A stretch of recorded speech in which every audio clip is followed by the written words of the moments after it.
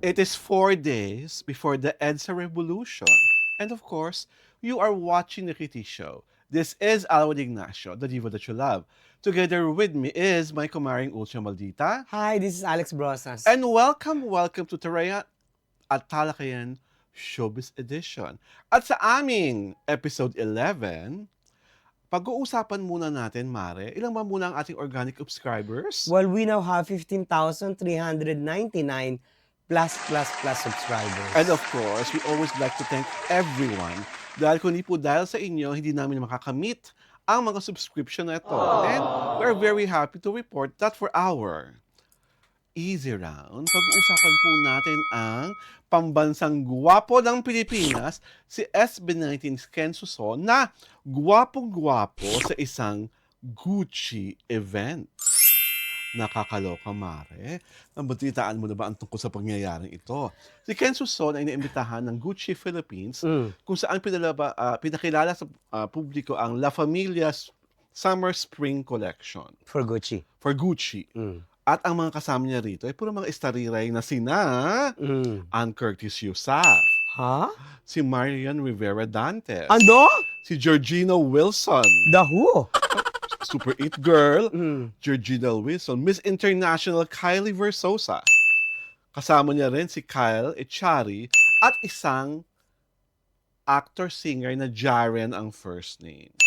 Tuwang-tuwa ako as an SB19 fan. And syempre, na ang bias ko talaga si SB19 ay si Ken Suson, patotoo ito na si Ken Suson talaga ay alam ng mga taga-fashion industry na mahusay manamit into fashion. At nung dumating siya sa event, head to toe naka-Gucci.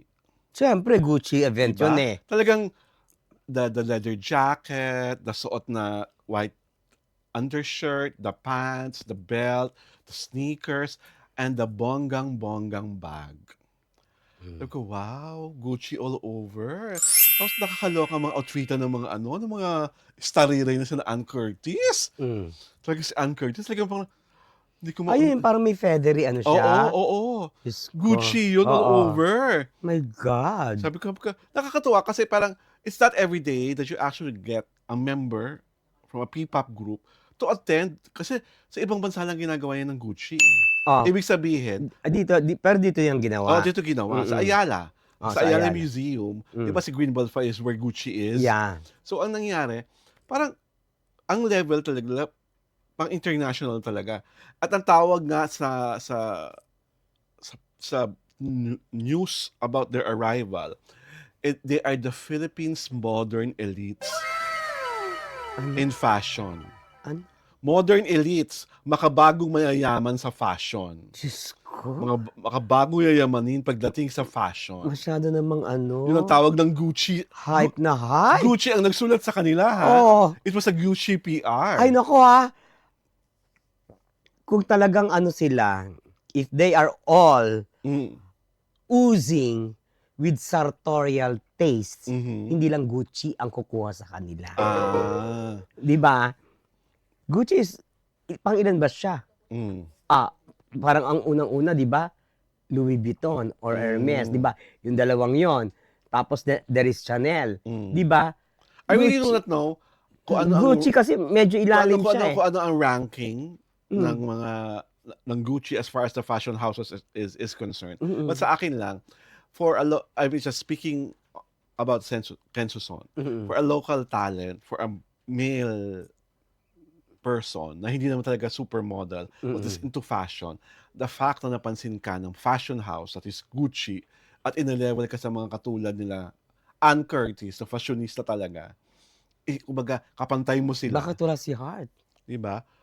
Hindi siya type ng House of Gucci. Ganun lang kasimple yon. Wala din si ano.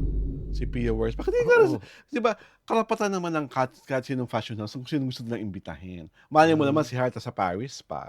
O si Pia Wurst pa nasa ibang bansa pa, diba? But for them, tong grupong ito is what they call as the modern elites of Philippine fashion. I beg to disagree. Sarap! Diba? O bahala ka sa mag-beg to disagree. Basta ako, I'm so happy for Ken Suson.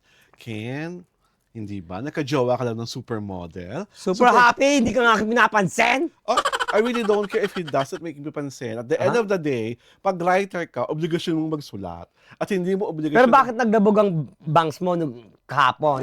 Iba yun, Ah, hindi pa iba yung yun. topic. Ah. Hindi pa yung topic, mamaya pa yan. Mamaya. Sa akin, light lang ang pasakali. Sa akin, nagdabog lang ako. Ikaw, iba nangyari.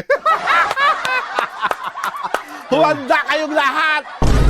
Lang ako. Sa batas ng Superstar Ultra Maldita. Aray ko. Mamaya, susunod, eksklusibo! Eksplosibo! Pero bago yan, sino muna ang aming mga letter senders? Excited ako masyado. Mare, basa. Ay, this Because one ay is for very you. nice. Oo. Yes, this is for you. I reckon From who? Gloria.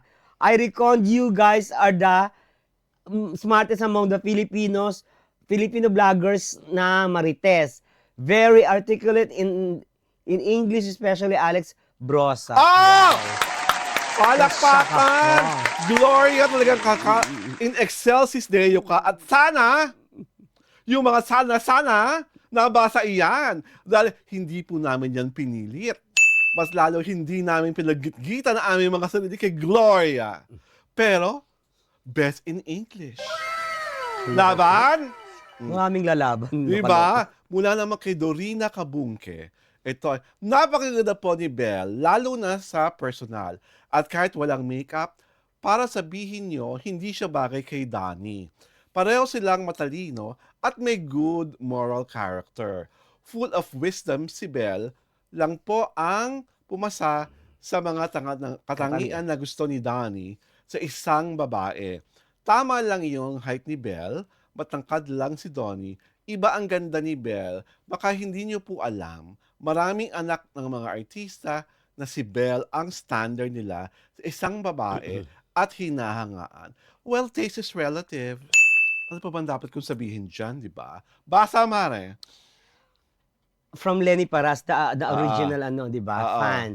Hello pong muli, gusto ko lang po naming ipaalam sa inyo na gustong-gusto namin ang inyong OOTD. Ang ganda sa paningin na magka-contrast lagi suot ninyo. Eto na. Ayan. Yung isa, Inubo ka, Mars? oo. At least kayo, iba. Hindi ka luwangan. Yeah. Yung Yung isa isa? ay luwa na ang katawan. Ang isa naman ay balot na balot. Yung isa parang pinalaki ng mga madre sa kumbento. Samantalang yung isa parang pinalaki sa dormitoryo ng mga bold stars. May mga ganun. Joke lang po. Tuwang-tuwa rin kami sa linya ni Ma'am Alex na you want war? I'll give you war. Tsaka pag sumisigaw na siya sa pagtawag sa kanyang Yaya! Katuwa talaga, panoorin kayo. Sana magdagdag pa kayo ng isa pang araw ng The Titi Show. Ay! To Iba? quote Alex Brosas, you want war, I'll give you war. Abangan! Ay! Ang mga kahindik-hindik na panggigera. Makakatikim kayo na hindi nyo pa natitikman. At syempre pa, isa pa sa aming mga OG na mahal namin, si Miss Prima Cabral. Happy Valentine's to both of you. Happy Valentine's to the House of Cabral, Chad and Prima.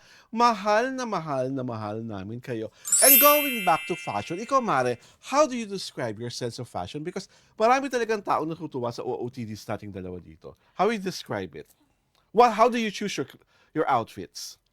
I try not to please the idiots. Mm-hmm. I please myself Okay. before I please them. So Yun why lang do yun. you, but minsan napapansin ko, why do you always border on really going to the sexy style?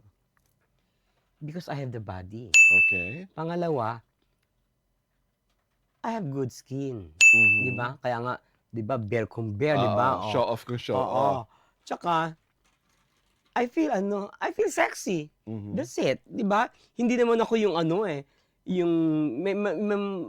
there are those who feel sexy pero hindi mukhang sexy at hindi mukhang flawless. The skin is di ba? Para may kilala akong ganyan dati. Ah? Si Miss Pache Pache.